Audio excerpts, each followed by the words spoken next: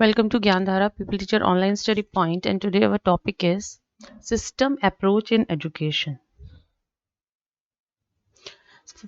Let's begin with the meaning and concept of system approach. So, the name of the system approach is no new in the modern age of educational technology.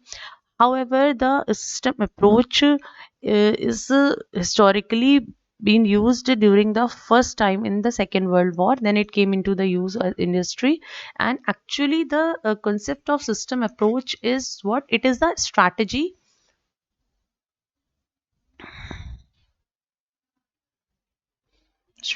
to manage, control, and improve the process and products of education. So the system approach consists of two words: the system and approach. So first of all, what is a system? First of all, we have to know what is system. So a system always draws input from the environment and gives output to the environment. So it contains three processes. First is input. Input of what? Information. Then there is a process. Process, humans. Output, both product and services. And the input process, output process always run in constraints of a environment. The system cannot go or you can say a system cannot revolt against the environmental constraint. A system has to operate within the confines of the environmental context. So now let's talk about the education. So whatever we are teaching is the input. What strategies we are taking is the process, and the change in learning behavior, or you can say the change in the personality, is the output of the system. Now approach is all the methods, strategies used for this process, for the system. Okay, so this is a system approach. The same approach is used in management system or different war, but we use the education in education in this way, that there is a input of information, the processing is done with the students, and there is a output in their behavioral change. Definition of system of approach: everything has a definition, and you should also write it in your notes also. So I am giving you a definition given by Keshaw and Maikian. I'm taking the shortcut essay. System approach is one of the techniques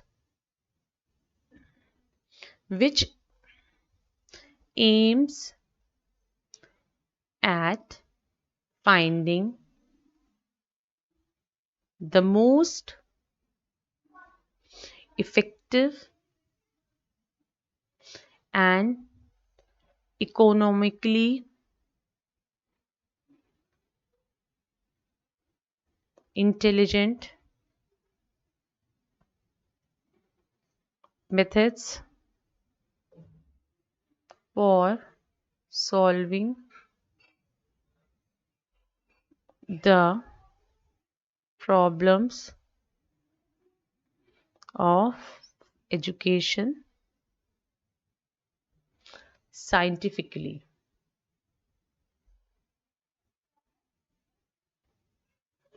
So the technique always aims at finding the most effective and economical methods. So that is system. But the system approach have to work according to the environment.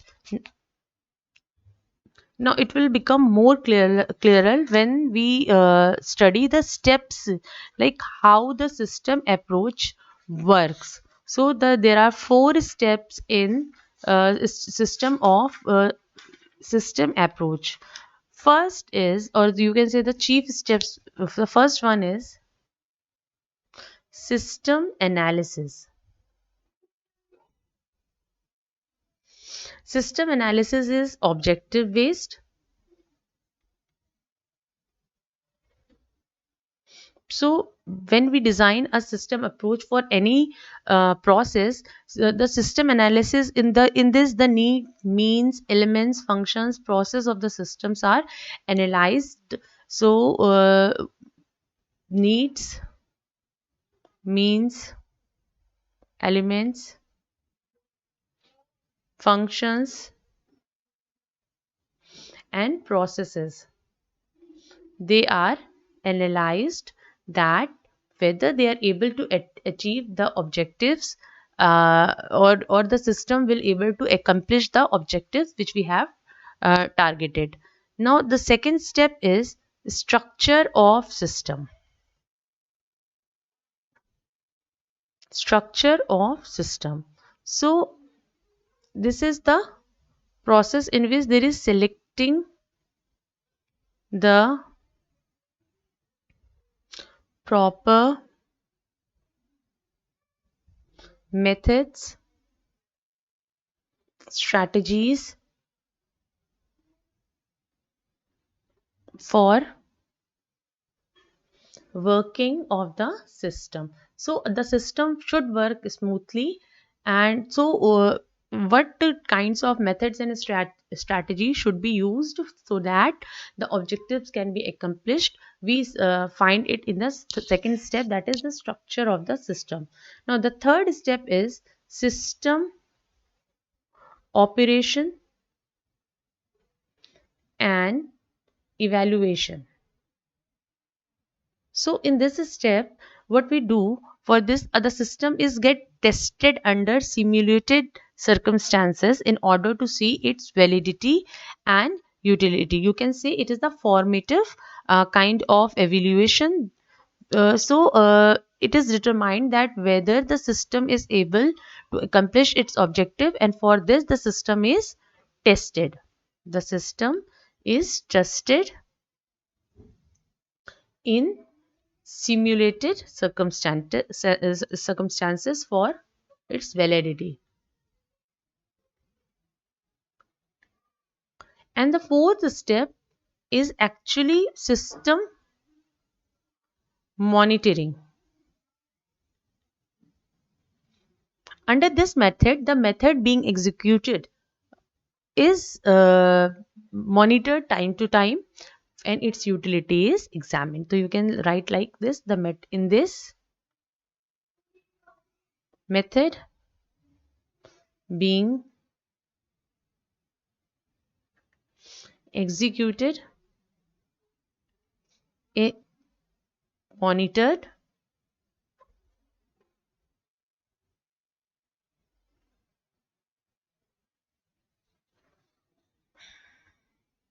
sorry,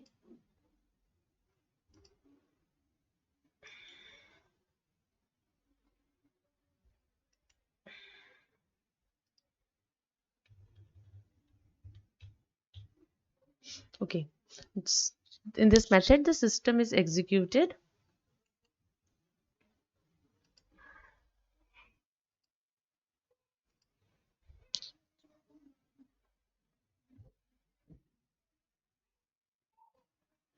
from time to time. So in now, if in simple language, if you have to understand, I can say this: in system analysis, objectives discussed; in structure, methods discuss for us for any process. In system operation, evaluation is done, and in fourth step there is a feedback mechanism, feedback, which is done. Now, system approach in education. Now, these steps, the system approach in education, when we apply in education as a system, there are three steps used: the education, the school education, and instructions. So, the system approach, when applied in the educational field, to follow a specific objective, what is required is first effective planning. Now second is good control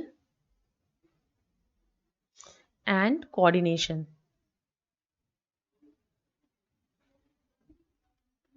Third, optimum utilization of resources. Fourth is quality control. So when you see the steps, or you can say when you see these are the basic uh, checklist of applying a system approach in education. You say all the schools run accordingly, according to this approach. There is effective planning, there is a good control and coordination, there is optimum utilization of resources, as well as quality control is there. So a school or any kind of system, 8 steps are there which control the entire educational process, input, and thus related to any educational problem that can be solved. So first they define any objective, then they evaluate the proper knowledge and skills of the students, then they select approaches, then they select the teaching aids, then they determine all the system like teacher, what teachers, what students, what teaching learning materials, and then they synthesize and execute of the all the instructional system in context to your objective. And finally there is a validity of the system, verification is done, and they analyze all the outcome and modify the system according to the need. So it is a tried and tested process of education, which any school can apply in their uh, you can say school strategy. Now, there are some advantages of system approaches. So, what advantages is first, teacher understand the basic process of teaching. Second, it is helpful in construction of directive material. No, directive material is when any process is formed. So there is a step by step process, so anyone can understand very easily. Now, third is in this approach, constructional suitable environment, because it is completely environmental based. So it help constructing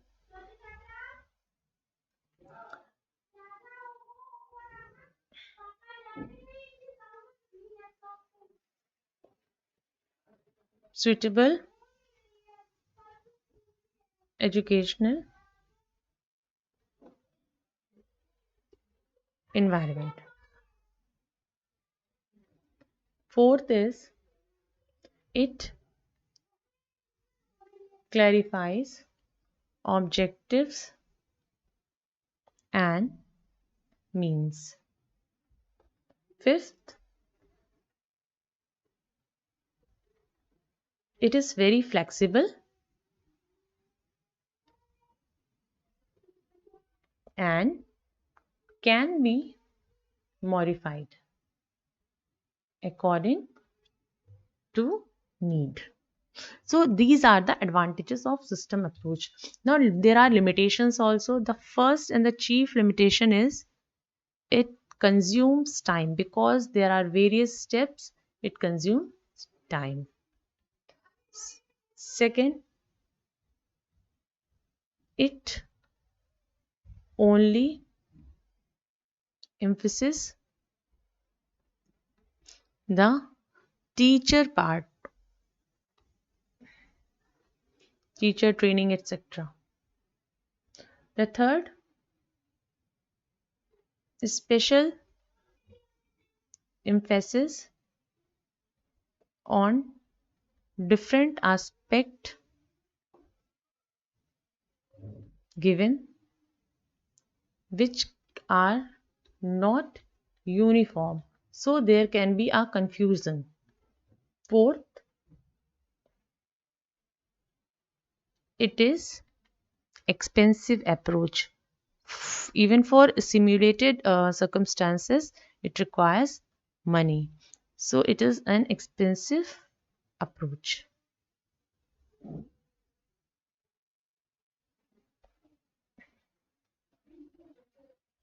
And fifth is because a teacher always follow the instructions given in the approach, so you can say that subject efficiency of the teacher